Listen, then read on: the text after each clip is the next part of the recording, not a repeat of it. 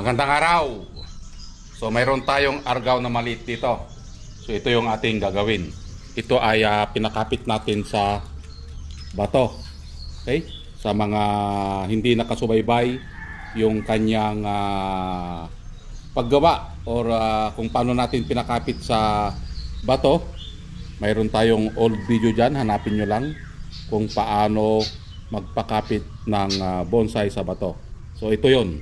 Okay? So ito yung ating gagawin ngayon. Okay? So let's start.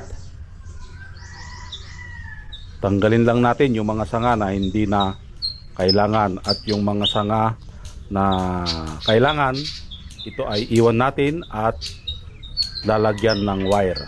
So inaantay na lang natin ito na kumapal yung kanyang mga sanga. Kumpleto na tayo sa primary branch.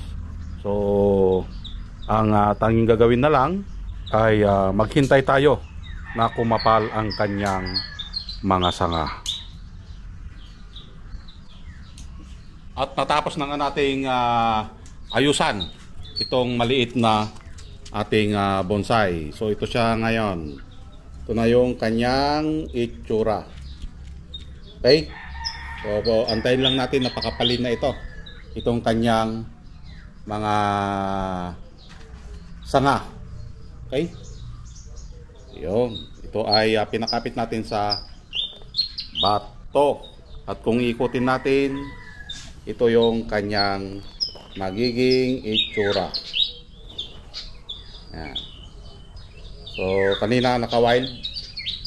Ngayon na-triman ulit natin.